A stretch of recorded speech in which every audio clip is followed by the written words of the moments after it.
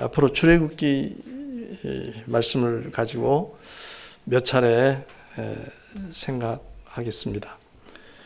출애굽기는 크게 두 부분으로 나누어집니다. 우선 18장까지는 이스라엘이 억압받던 애굽에서 구원을 받고 광야에서 시내산까지 보호받은 이야기가 나옵니다. 19장부터 40장까지는 이스라엘이 시내산에서 하나님의 언약 그리고 율법을 수용하고 하나님께서 그들에게 율법을 내리시면서 이걸 따르라 하니까 수용을 하고 시내산에서 하나님을 향한 경배를 준비하는, 그래서 성막을 준비하는 이야기가 나옵니다. 아주 길게 나오죠. 오늘 우리는 이스라엘이 애굽에서 구원받은 이야기 1장부터 18장 내용 중에서 13장까지가 구원받은 이야기요, 13장부터 나머지 18장까지는 시내산까지 광야에서 보호받은 이야기가 나오는데, 그 앞부분 구원받은 이야기에서 모세의 출생과 연단, 모세의 출생과 훈련 부분을 살펴보려고 합니다. 우리에게 너무나도 재밌는 이야기로 전해오는 동화의 소재가 되는 이집트 왕자의 소재가 됐던 그 부분을 우리가 오늘 상고하도록 하겠습니다. 1장, 2장이 되겠는데 1장 7절까지는 이스라엘 자손이 번성한 이야기로 시작을 합니다. 1장 두 번째 부분 8절부터 22절까지는 하나님의 선민인 이스라엘이 고난을 당하는 이야기입니다. 적대 국가 속에서 고난을 당합니다. 그리고 2장은 앞부분 2장 1절부터 10절까지는 모세가 출생할 때 보존된 이야기, 보존을 받은 이야기가 나오고 11절부터 22절까지는 모세가 미디안 광야로 도망친 이야기가 나옵니다. 우선 그러면 이야기 시발부터 잠깐 살펴보도록 하겠습니다. 이스라엘 자손의 번성 이야기가 출애굽기의 시작으로 나오는데, 우선 창세기와의 연결을 출애굽기 기자는 굉장히 염두에 두고 있습니다. 창세기는 우리가 기억하는 대로 70명에 이르는 이스라엘 자손이 애굽으로 이주해 와서 정착한 이야기로 끝나고 있습니다. 그런데 출애굽기는 애굽에 와 있는 70명의 이스라엘 자손을 다시 언급한 것으로 시작합니다. 그래서 두 책이 서로 깊이 연관되어 있다는 것을 우리에게 보여줍니다. 하나님께서 족장들에게 그들을, 이스라엘 자손을 큰 민족으로 만드시겠다고 약속하신 대로 그들은 크게 번성합니다. 1장 7절은 그 상황을 4개의 억구를 사용해서 그들의 수가 크게 증가했음을 묘사합니다. 7절을 제가 읽어드리면 이스라엘 자손은 생육하고 불어나 번성하고 매우 강하여 온 땅에 가득하게 되었더라. 이렇게 묘사합니다.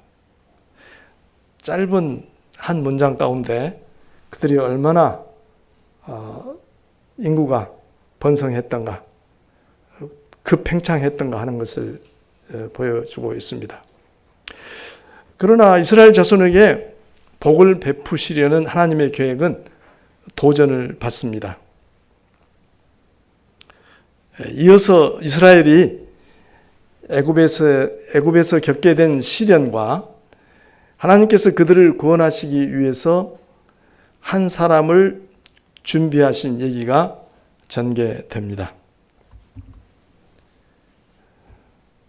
먼저 이야기는 하나님의 선민이 적대 국가 속에서 고난을 겪고 있는 이야기가 1장 8절부터 22절에 나오고 있습니다.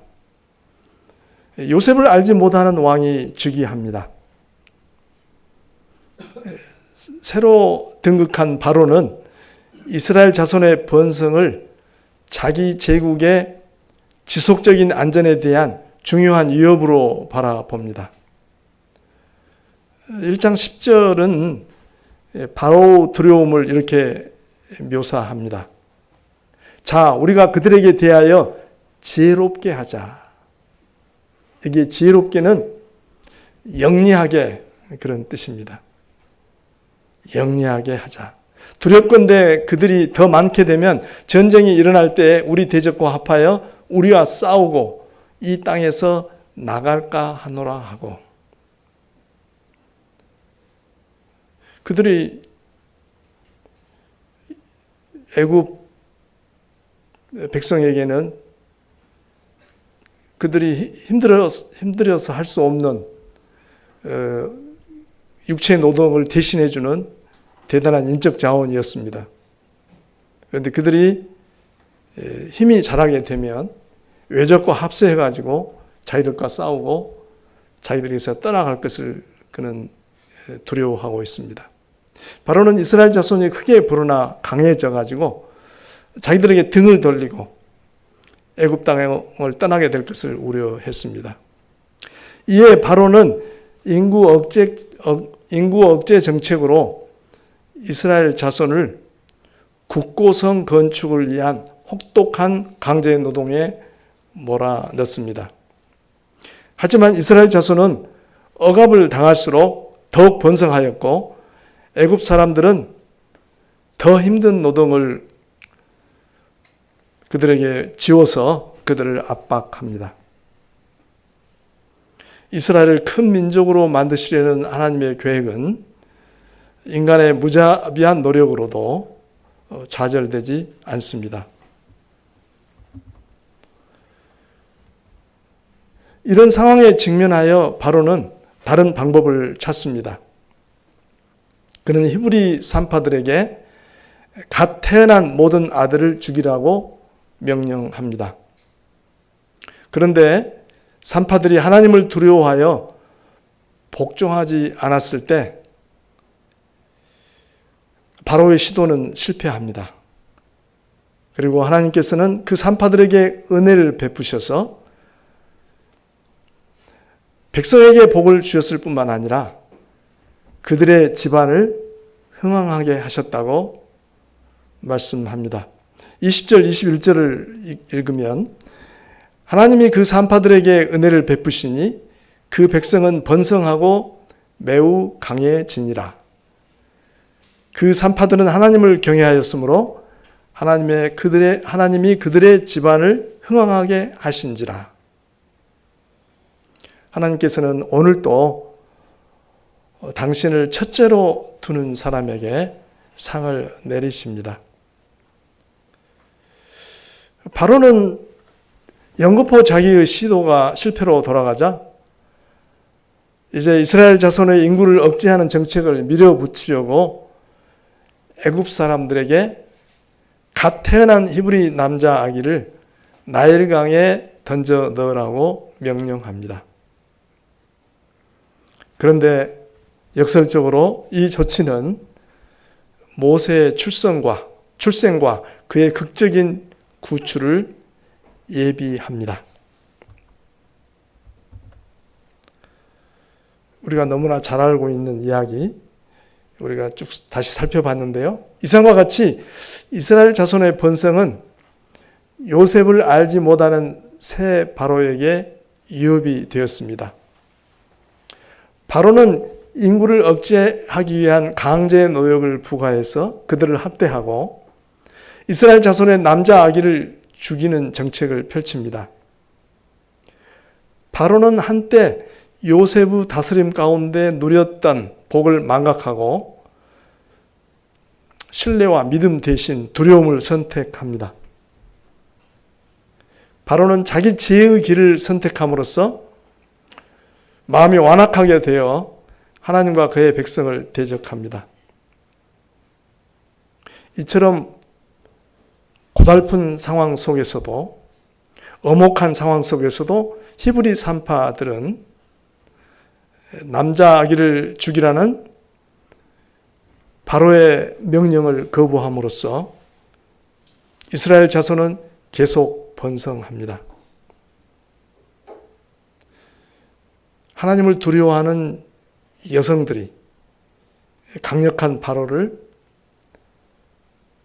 패배시킨 매우 인상적인 장면입니다.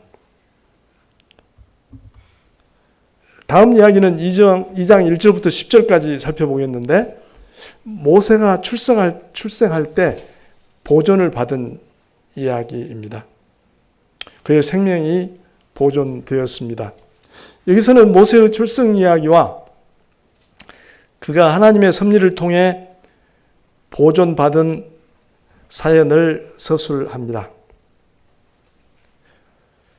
모세의 부모는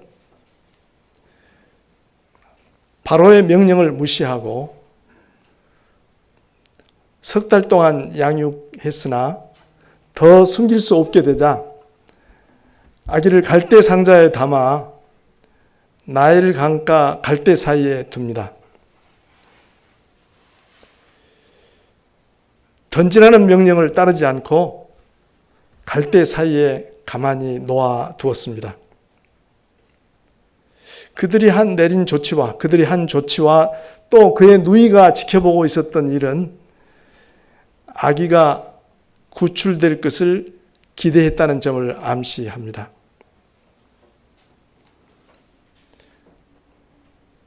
하나님의 성호가 언급되지 않지만 그들의 행동 속에서 그들은 저 위에 계신 분의 도움과 개입을 기대했다는 점을 암시하고 있습니다. 모세의 어머니가 어느 정도 신앙심을 가지고 이 일을 했는지는 알 수가 없습니다. 하지만 이 시도가 모성애에서 나온 것임은 의심할 여지가 없습니다. 이 어머니는 자기가 데리고 있게 되면 어차피 죽을 수밖에 없는 아들을 나일강에 내놓음으로써 그 운명을 하늘에 맡깁니다.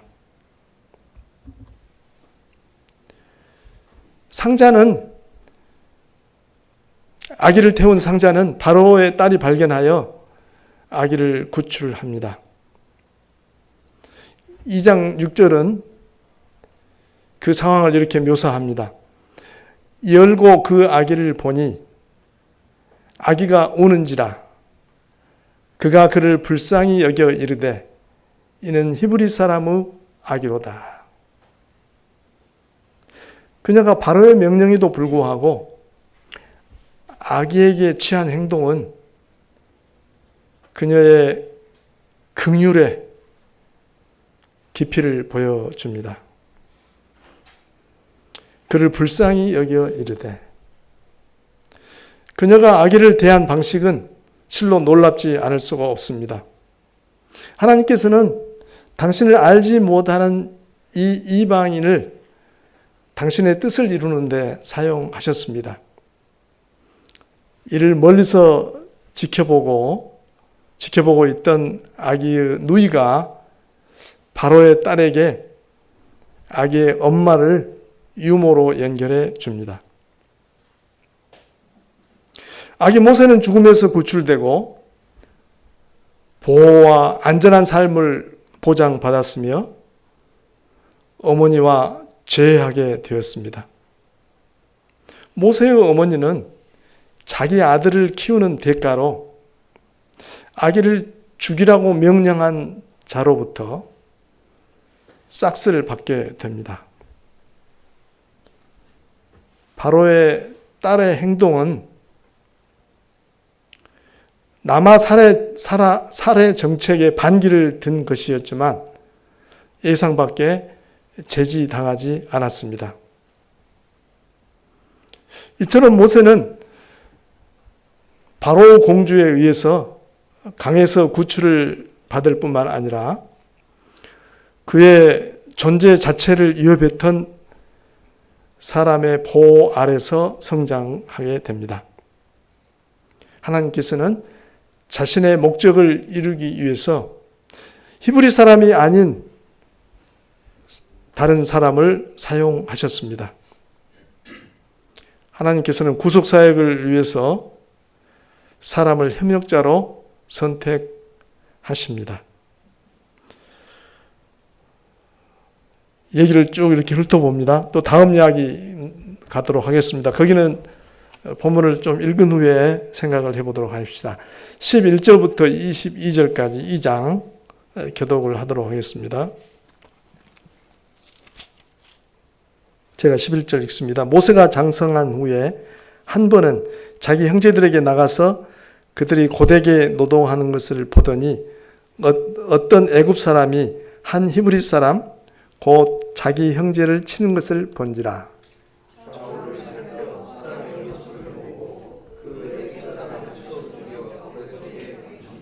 이튿날 다시 나가니 두 히브리 사람이 서로 싸우는지라. 그 잘못한 사람에게 이르되 내가 어찌하여 동포를 치느냐 하매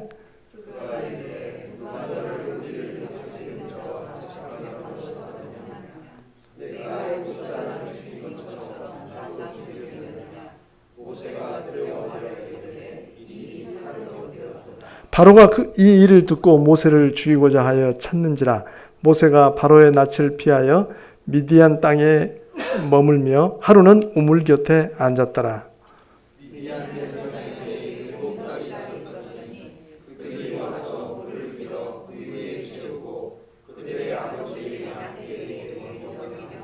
목자들이 와서 그들을 쫓는지라. 모세가 일어나 그들을 도와 그 양떼에게 먹이니라.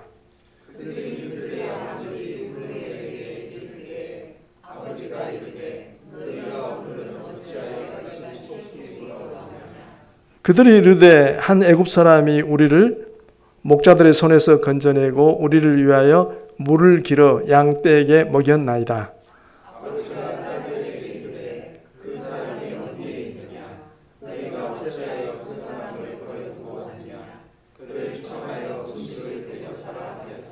모세가 그와 동거하기를 기뻐하며 그가 그의 딸 시보라를 모세에게 주었더니 그가 아들을 낳음에 모세가 그의 이름을 게르솜이라 하여 이르되 내가 타국에서 나그네가 되었음이라 하였더라. 이야기는 모세가 어른이 되었을 때로 건너뜁니다. 후대의 기록에 의하면 사도행전과 주로 사도행전의 기록에 의하면 그는 40세였습니다. 모세는 히브리 사람을 때리는 애굽 사람을 살해합니다. 모세는 정의를 위한 열정에 사로잡혀서 살인사건에 연루가 됩니다. 다음날 그는 두 히브리 사람의 싸움에 개입하여 잘못한 사람을 꾸짖습니다. 방금 읽었지만 이렇게 돼 있죠. 이튿날 다시 나가니 두 히브리 사람이 서로 싸우는지라. 그 잘못한 사람에게 이르되 네가 어찌하여 동포를 치느냐 하매 그가 이르되 누가 너를 우리를 다스리는 자와 재판관으로 삼았느냐. 내가 애굽 사람을 죽인 것처럼 나도 죽이려느냐. 모세가 두려워하여 이르되 일이 탈로 되었도다. 그 잘못한 사람은 매몰차게 모세의 관여를 개입을 거부합니다. 모세는 아직 민족적 구원자로서 역할을 할 자격을 인정받지 못합니다. 또한 모세의 폭력은 분명히 하나님의 구원의 방법이 될 수가 없었습니다. 동포들과의 이런 만남으로 모세는 크게 좌절을 겪습니다. 바로가 모세를 죽이려고 찾자 모세는 미디안 땅으로 도망합니다. 거기서 그는 르우엘의 딸들을 돕게 됩니다. 나중에 르우엘은 이드로라는 이름으로 나오죠. 르우엘은 모세를 환대하고 모세는 그 집에 사는 것을 기뻐합니다. 만족스러워합니다. 모세는 그 집 사위가 되어서 타국에서 나그네가 됩니다. 본문은 하나님을 언급하지 않지만 하나님께서는 이 택함 받은 사람을 준비시키기 위해 낯선 사람들의 배후에서 일하십니다. 이상과 같이 어른이 된 모세는 자기 민족이 당하는 불의를 바로 잡으려다가 실패합니다. 모세의 행동들은 악한 자와 억압받는 자들, 약한 자와 억압받는 자들에 대한 적극적인 관심을 보여줍니다. 하지만 모세는 자기 백성에게 지도자의 자격 또는 권리를 의심받게 됩니다. 그러나 모세의 실패에도 불구하고 하나님께서는 그를 포기하지 않으시고 미디안 광야로 보내어서 보존하시고 아내와 가정을 주시는 것으로 복을 베푸십니다. 이제 말씀을 정리합니다. 아래 세 가지 점을 생각해 보면 좋겠습니다. 첫째, 선택받은 자들의 고난입니다. 이스라엘 자손은 노예 생활을 하고 모든 남자 후손이 조직적으로 살해되는 비극적인 상황에 직면합니다. 하나님의 백성은 적대적인 세상 속에서 고난을 겪게 됩니다. 예수님은 십자가를 지시기 전 다락방 강화에서 이렇게 말씀하셨습니다. 요한복음 15장 18절부터 세상이 너희를 미워하면 너희보다 먼저 나를 미워한 줄을 알라. 너희가 세상에 속하였으면 세상이 자기의 것을 사랑할 것이나 너희는 세상에 속한 자가 아니요 도리어 내가 너희를 세상에서 택하였기 때문에 세상이 너희를 미워하느니라. 내가 너희에게 종이 주인보다 더 크지 못하다 한 말을 기억하라. 사람들이 나를 박해하였은즉 너희도 박해할 것이요 내 말을 지켰은즉 너희 말도 지킬 것이라. 그러나 사람들이 내 이름으로 말미암아 이 모든 일을 너희에게 하리니 이는 나를 보내신 이를 알지 못함이라. 이것은 세상에 맞서면서 살아야 하는 택함 받는 사람들에게 주어진 특별한 지위입니다. 특권이라고 말해야 할까요? 하나님의 택함을 받은 자는 고난을 받을 수밖에 없습니다. 그것은 세상 구원을 위한 하나님의 계획의 일부입니다. 따라서 신자는 사람들이 욕하고 박해하고 거짓으로 모든 악한 말을 할 때 기뻐하고 즐거워합니다. 두 번째 생각해 볼 점은 하나님의 섭리의 선택입니다. 하나님께서는 당신의 백성을 구원하기 위해서 한 사람 모세를 선택하십니다. 그를 죽음에 이기에서 건지시고 원수의 손으로 양육을 하시고 지도자로 연단시켜 가십니다.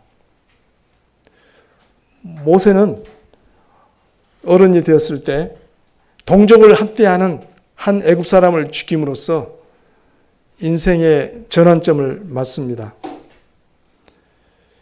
사도행전과 히브리서에서는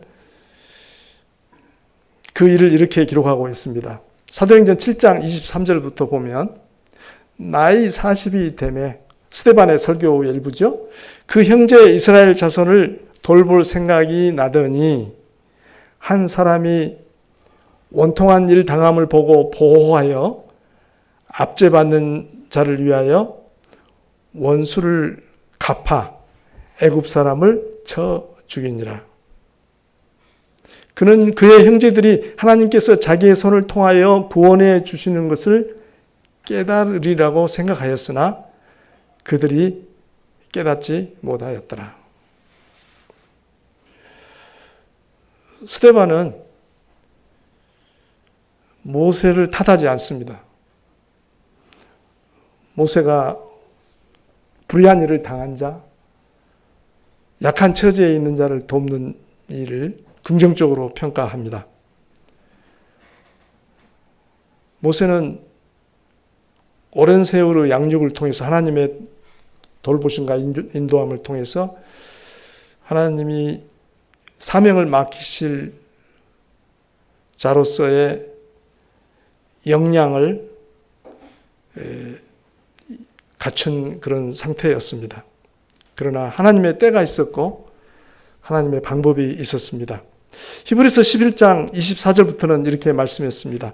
믿음으로 모세는 장성하여 바로의 공주의 아들이라 칭함받기를 거절하고 도리어 하나님의 백성과 함께 고난받기를 잠시 죄악의 낙을 누리는 것보다 더 좋아하고 그리스도를 위하여 받는 수모를 애굽의 모든 보화보다 더 큰 재물로 여겼으니 이는 상 주심을 바라봅니다. 모세는 쓰라린 실패를 맛보고 은둔 생활에 들어갔지만 이 모두가 사명 수행을 위한 하나님의 연단의 과정이었습니다.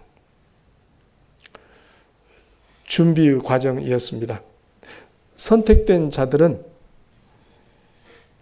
당신의 섭리를 이루시는 하나님의 절대적인 권능을 신뢰할 뿐만 아니라 그 일을 이루어 가시는 하나님의 지혜와 은혜도 믿어야 합니다. 하나님의 뜻이 성취되는 것은 철저히 그분의 손에 달려있기 때문입니다. 마지막 생각해 볼 요점은 구원 역사에서 여성의 역할입니다. 오늘 살펴본 이야기들에서는 여성들의 역할이 두드러집니다. 2장 전체에 걸쳐서 남자는 딱 한 사람이 나와요. 모세 빼고 바로 한 사람만 나옵니다. 그 외에는 다 여자들이 등장합니다. 두 산파, 모세의 어머니, 모세의 누이, 바로의 딸, 그 주변의 시녀들, 모세의 아내 십보라, 이드로가 나오네요. 이 여성들은 이스라엘 자손의 보존, 그리고 모세의 구원과 생존에 양육에 기여한 여인들입니다. 하나님께서는 이스라엘 자손을 구원하셔서 거룩한 나라를 이루게 하시려는 원대한 계획의 중요한 시점에 여인들을 도구로 사용하셨습니다. 우리는 이러한 하나님의 섭리에 눈을 뜨고 하나님 나라에서 여성들의 역할을 소중하게 생각해야 합니다. 또한 여성들은 자신들의 소명을 자각하고 하나님의 뜻에 더욱 헌신해야 할 것입니다. 오늘 이렇게 모세를 선택하신 하나님의 섭리 이야기를 살펴보았습니다. 함께 기도하십시다. 자비하신 주님, 오늘 주신 말씀에 감사하옵나이다. 주님의 백성을 구원하시기 위해서 모세를 일으키신 이야기를 통해서 소중한 교훈을 배웠나이다. 저희가 하나님의 백성으로서 그리스도의 이름을 위하여 겪는 고난을 기뻐하고 즐거워하게 하시옵소서. 저희의 구원을 친히 이루어 가시는 주님의 지혜와 은혜를 굳게 신뢰하게 하시옵소서.